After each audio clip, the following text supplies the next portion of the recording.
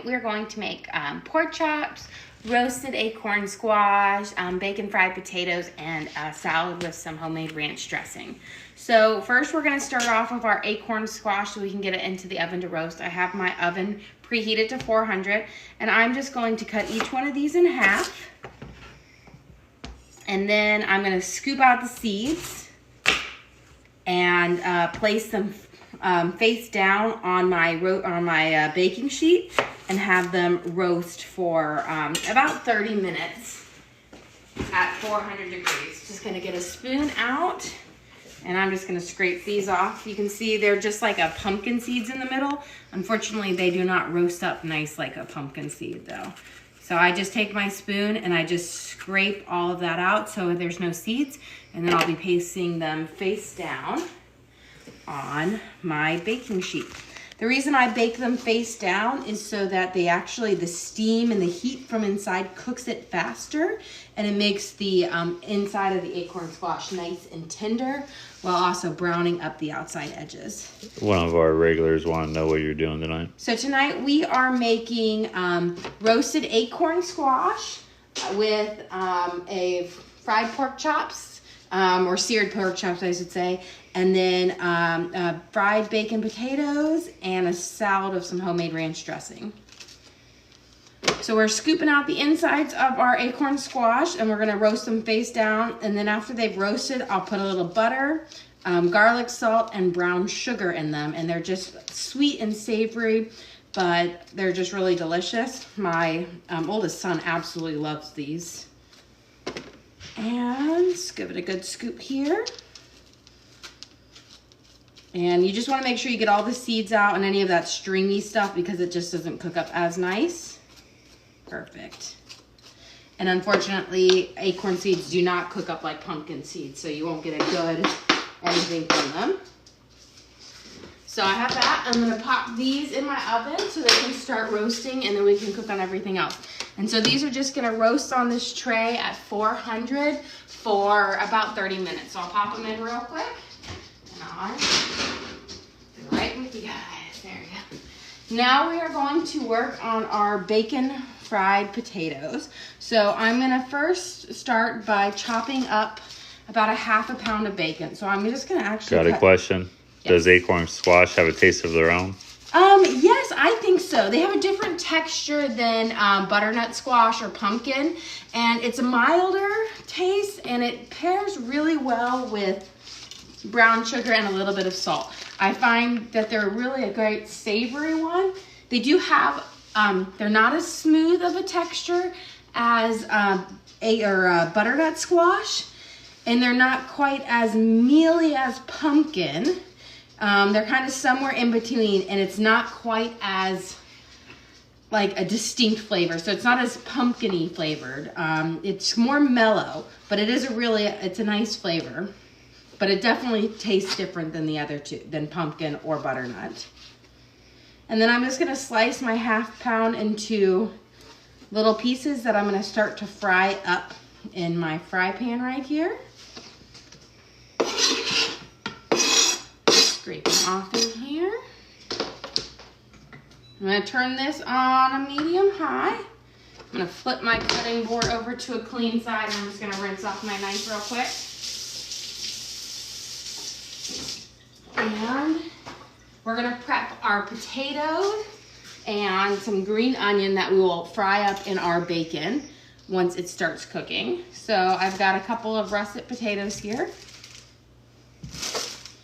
And what I'm going to do, I'm not going to peel them, but I'm just going to do kind of like a quick peel where I just take off most of the skin and leave a little bit on there, just because my kids don't like the skins of potatoes as much. And so when I kind of dice these up, I just try to take off a little bit of the skin so it's not quite as many pieces with skin.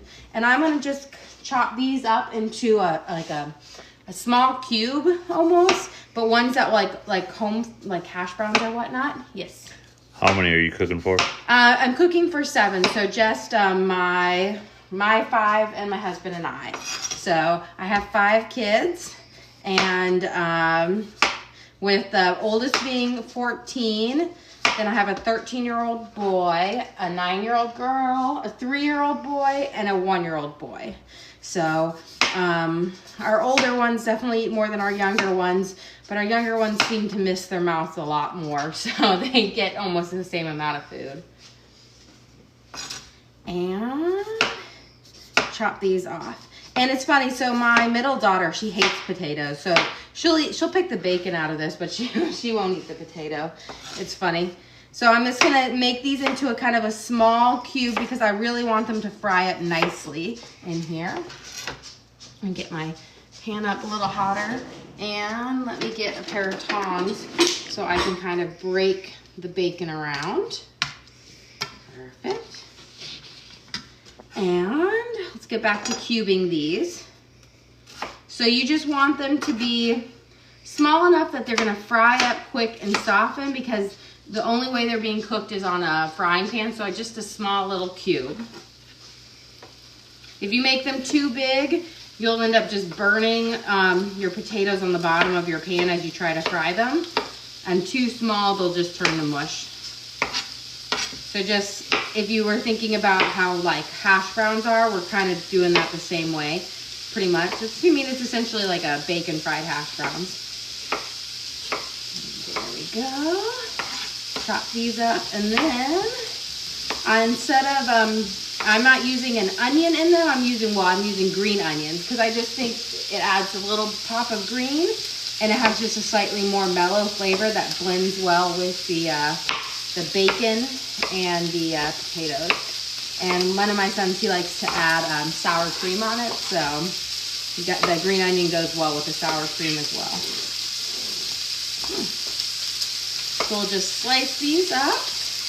And I won't throw these in until my bacon is starting to get seared up, because I don't want to have soggy bacon. I want to have kind of crispy bacon chunks in it. So I'm going to let it saute up.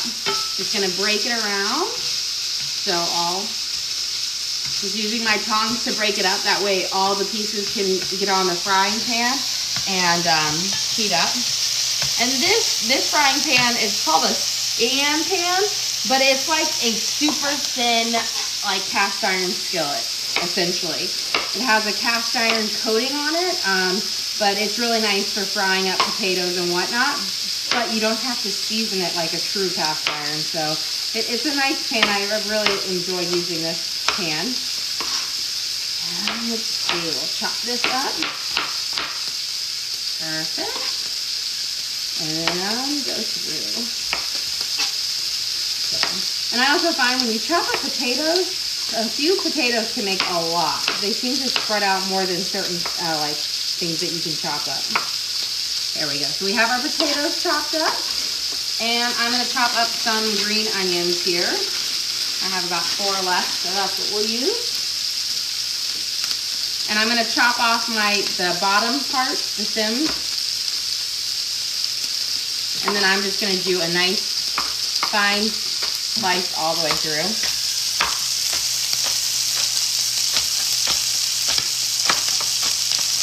And get this. And towards the top, I cut off, and I'm just going to keep these last little parts because they can get a little bit chewy and are not as good. There we go. It looks like our bacon is starting to fry up nicely. I'm going to turn down our heat just a little bit because I don't want to burn our bacon. And the nice thing about using the bacon in here is I don't have to really add any oil or butter. When I'm frying up, I'm just going to fry it in the bacon grease. There we go. So you see we're getting some nice, here I pull out some nice crispy edges on our bacon, which is what I want. I want to make sure they all get crisped up, fairly crispy but not over crisp before I throw in anything. Because once you throw in your potatoes, the bacon is going to stop crisping up. It's not going to crisp nearly as much as it will when it's just cooking on its own, because the potatoes will start absorbing some of that bacon grease. Okay. And let that sit perfect. So we have our potatoes and our onions and everything chopped up. Let's go to start seasoning our pork chop. I'm going to get another cooking board. Put it over here. We have, I have 6 center cut pork chops. I like the thick pork chop with the bone in. I think they're just the best. So I always look when I go to the store for like a thick cut one. Because what I do is I sear them on my fry pan, and then I finish them off in the oven so that they can get cooked all the way through, but without overcooking. Because if you try to cook them all the way through on your fry pan, you're just gonna have really tough pork chops. And so I do a quick sear on each side to get a nice crust, and then I finish them off in my oven. So I've got my 6 pork chops here. Get my hands a quick wash. And stir. It looks like my bacon is crispy where I want it. So before I season those up, I'm gonna just throw my potatoes and my onions in. You see how it's nice and crispy? That is where I want it. I don't want it over crisp. I still want a little bit of it under, but I want it nice so that it will have a good crunch in it. And I throw my potatoes in. And I'm gonna fry them. I will season these, but I wait till the very end to season them. Otherwise, the seasonings will stick and burn to the bottom of the pan. So I'll wait to add in my seasonings until the end. That way it doesn't burn to the pan. I'm gonna just make sure everything gets coated in some of that bacon grease. And then I will spread it all out nice and flat so that all my potatoes can kind of crisp up. Just like that. Perfect. And I'm cooking that over about a medium heat. Okay, so now let's move over to our pork chops and get them seasoned up. I'm gonna use some Worcestershire sauce, or Worcestershire, however you pronounce it. I got a question. If TikTok ends up going away, what other platform do you use mainly? I'm on YT, and I've tried posting on some of the other ones, the popular ones, like the meta ones, but I haven't really gotten a following on it so much. So, but I'm just new. I've only been doing this for a couple weeks now. So that's where we'll be primarily. That's where we are now. So you can always find us there. So I'm going to sprinkle. I've got some. There's a link on your profile page. Oh, there's a link on my profile page. So I've covered them with Worcestershire, however you pronounce it. And then I'm going to give them a nice sprinkle of garlic salt. And then I season them with some Mrs. Dash's table blend. I really like this blend. I use it in most of my cooking. Did you say that's a scan pan? Yes, a scan pan. I really love it. It was our saving grace when when we had to remodel our kitchen. It worked on my induction cooktop, and it was one of the only ones I could use then when we were cooking in our office because our kitchen was being torn out. So I've got them seasoned, and then I'm just going to flip over and pretty much do the exact same on both sides because you want them to be really well seasoned. I've just got a little bit of this left, so I'm going to spread it. But I use Worcestershire sauce. Worcestershire, what I say, I really can't say it. Mike says he's from Boston, so I'm sure they say it messed up. We got family in Boston. We do. Then I use it but most of my meat I'll season with that because of the acidity. It really helps prevent you get dry meat. It makes it really juicy. I just sprinkle everywhere. Good coating because you want them to be nice and seasoned. Perfect. Let me wash my hands off real quick. And then what I'm going to do is I'm going to pour some olive oil in my fry pan here. I'm going to turn it up high. I'm going to put a little bit of olive oil on the bottom just to cover it, and so I can sear it off. We're not frying them so much as we are searing them on high heat. So I'm going to wait for my pan to heat up while we do that. What was the seasonings? So I use Mrs. Dash's Table Blend, which has a whole bunch of different seasonings in it. But if you can see inside there, it's ground pretty fine, which I think makes it really nice on meats because it evens out. And then garlic salt. I use garlic salt on everything. It's just tastes so much better. And then Worcestershire. I really can't say that.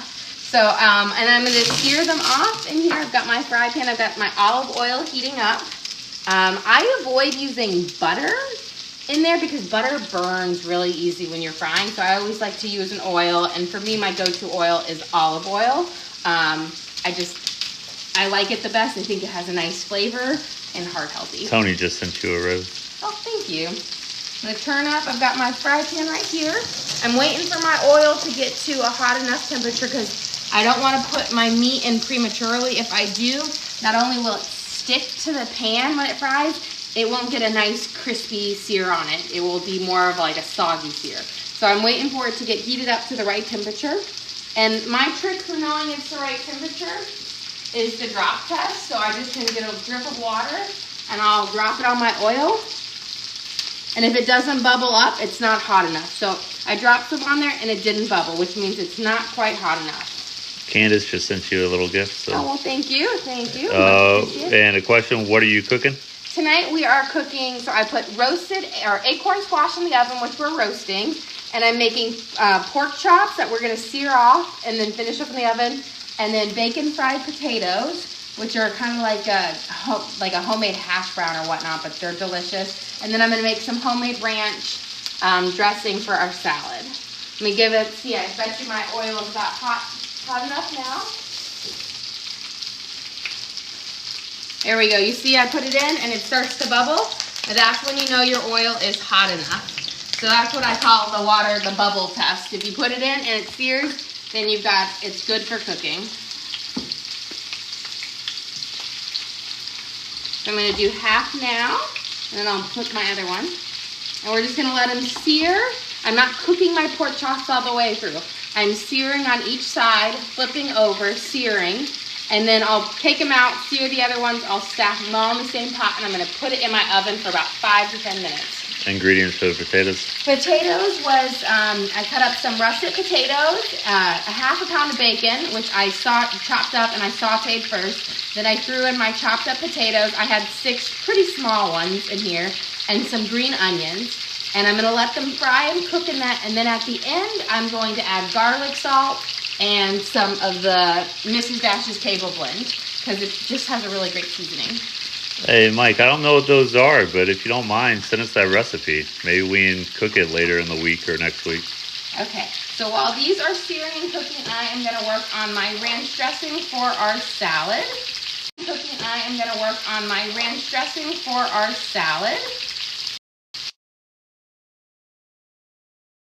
just going to use a packet, but I don't follow theirs. Theirs says to use milk and mayo.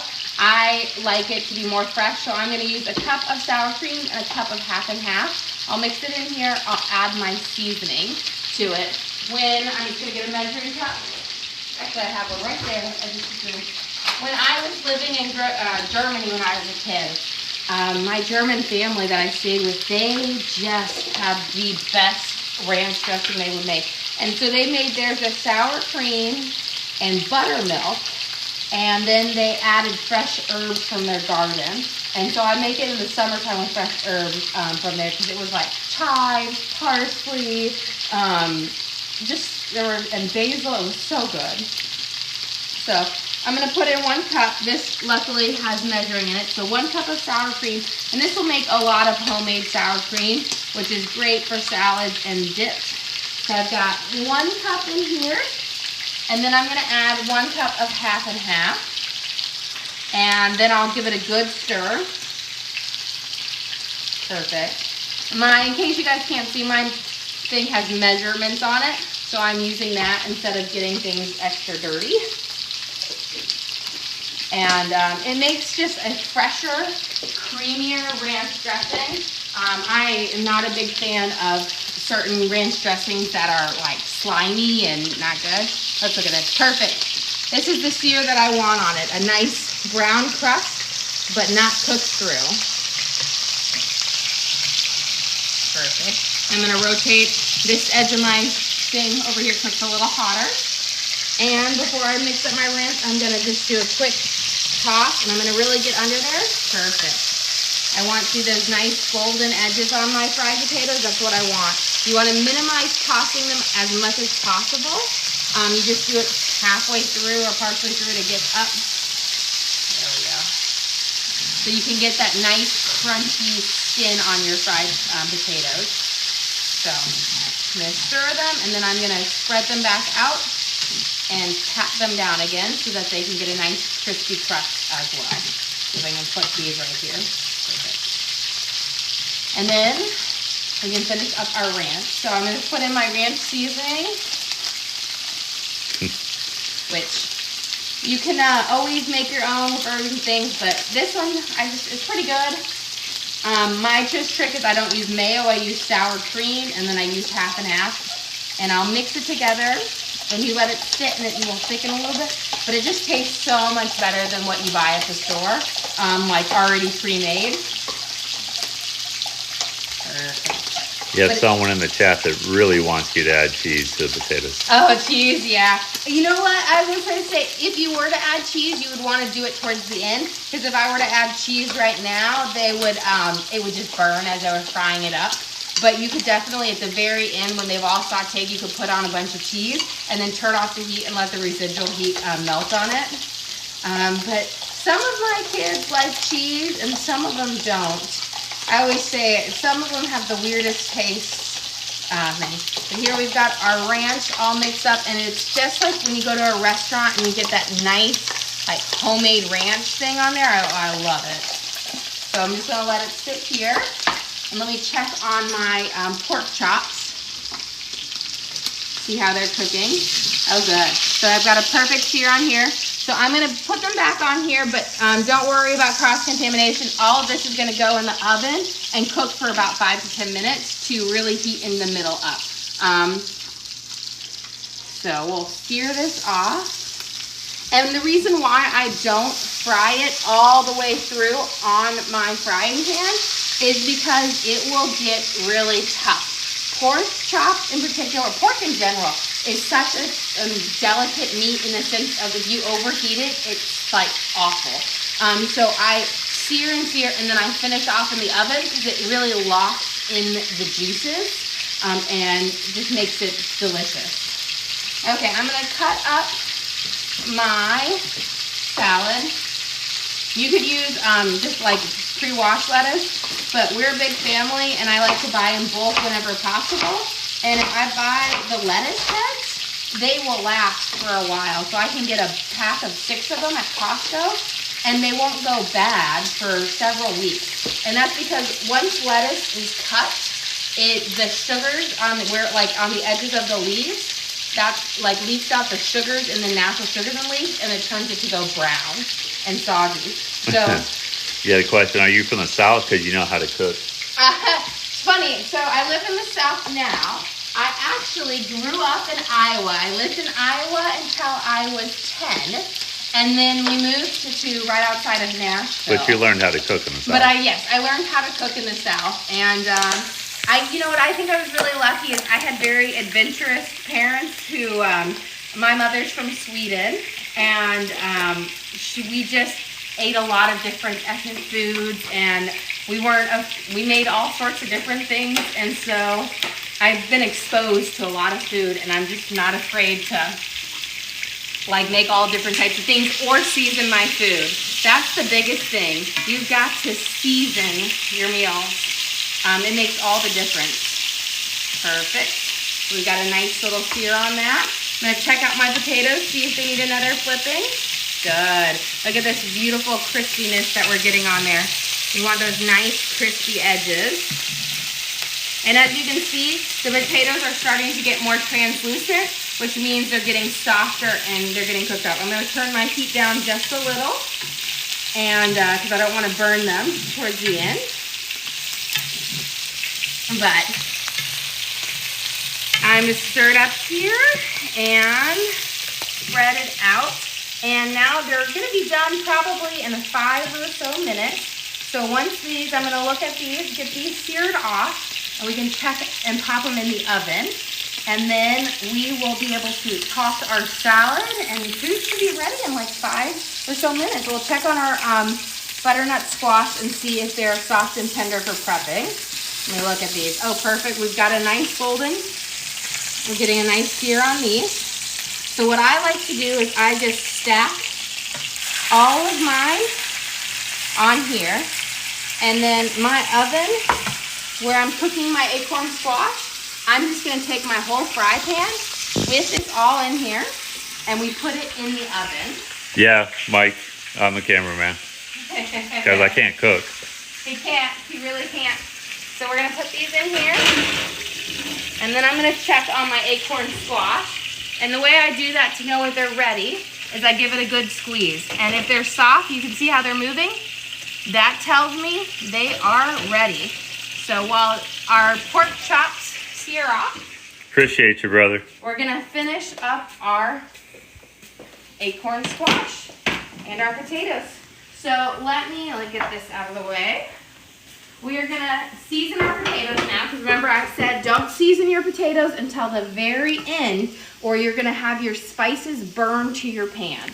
You got a question, Yes. what does squash taste like? A couple people have never had it. So I'm trying to think the best thing. If you've had carrots, like cooked carrots, they're very similar to cooked carrots. Just imagine a carrot with just less carroty flavor, I would say, but still along that same flavor flow, but it has a sweetness to it, and it has the texture of a potato, or smoother, but it is a sweet thing. But think about sweet and savory in the sense. And it's very similar if you've had pumpkin, which is in the squash one, but if you've had a pumpkin muffin and you taste that like sweet kind of vegetable over, that's the pumpkin flavor in it. Perfect. So I use some Mrs. Dash's table blend and garlic salt. I'm gonna leave it on top and I'll toss it at the last minute so that my spices don't burn to the bottom. And then with our acorn squash, what I'm going to do is just flip each one over. Do you see they've got a nice browning on them? And they are hot to touch, but I'm not a big wimp to heat.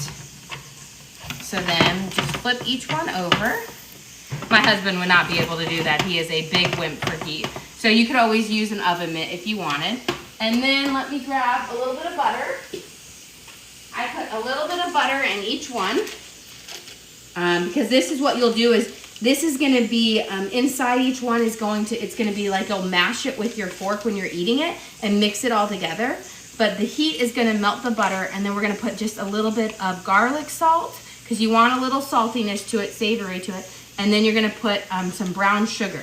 So it will be like a sweet, savory dish. And it's really, really delicious. If you've never tried it, I recommend trying it. This is my favorite way to cook it.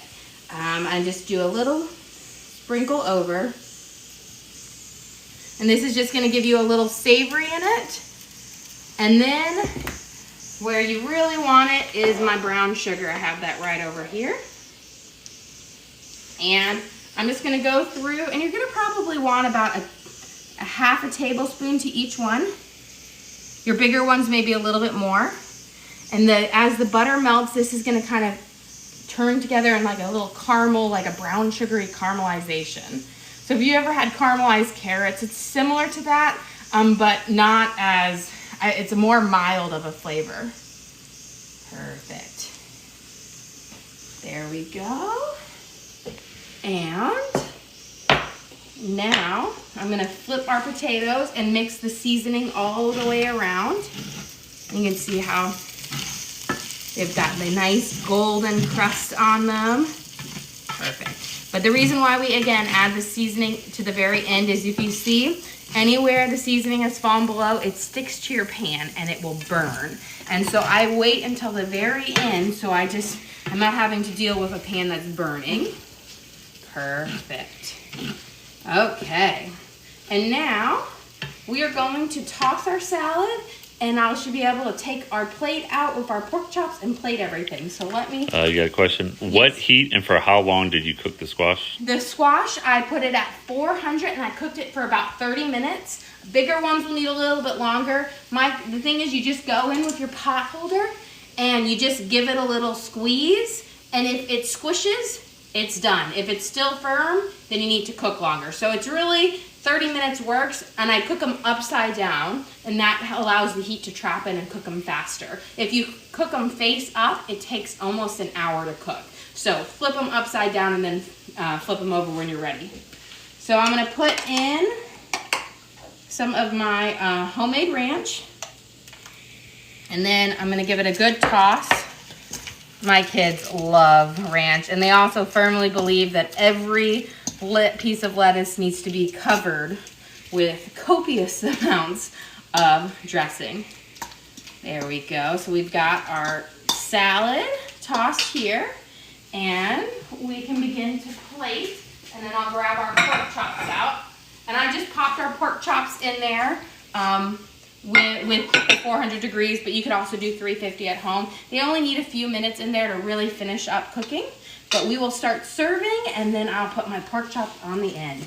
So we've got our delicious acorn squash that we seasoned with butter, brown sugar, and garlic salt. And my favorite, we've got bacon. I see you, Mike. Thanks for stopping by. And let me get a pair of tongs for our salad with some homemade ranch dressing. And then I'm gonna go grab those pork chops out of the oven. They are the star of tonight's dinner. And it's gonna be hot, so always remember to grab it with a pot holder. So I've got my pot holders, and I have them cooking off.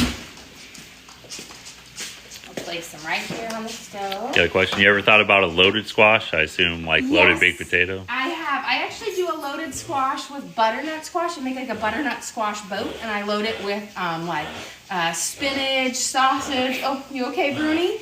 And like pine nuts and stuff like that. I've done that before, and it's been really good. My dog is just coughing over there. Okay, and here is my nice pork chop. And it's got a nice, when you're cooking this, you want to just touch it, and if it doesn't jiggle in the middle or whatnot, you know it's cooked all the way through. This has a nice firm flavor. So I'm going to cut it open and show you guys my delicious pork chop here. But you see, we've got it cooked over there just a little, but that's all. That's not raw or anything like that. It's nice and tender and juicy. Just a teeny bit of pink, which is perfect because it means it's not overcooked. Delicious. Well, don't forget to like and subscribe. Thanks for joining me. I try to do live meals every single day, but sorry, I gotta chew this up. It's really good. It's perfect. It's perfect and juicy and tender. But I try to do lots of different recipes to show the different things that we eat and how to cook them. I really focus on understanding the basic skills because I think those are always overlooked, and it's really important, like just frying and understanding, put your seasoning last so you don't burn it, or the right temperatures or heat. But I really enjoy teaching the basics because I feel like the fundamentals of cooking art is like a lost art. But again, thank you for joining me here today. Really appreciate it. Don't forget to like and subscribe.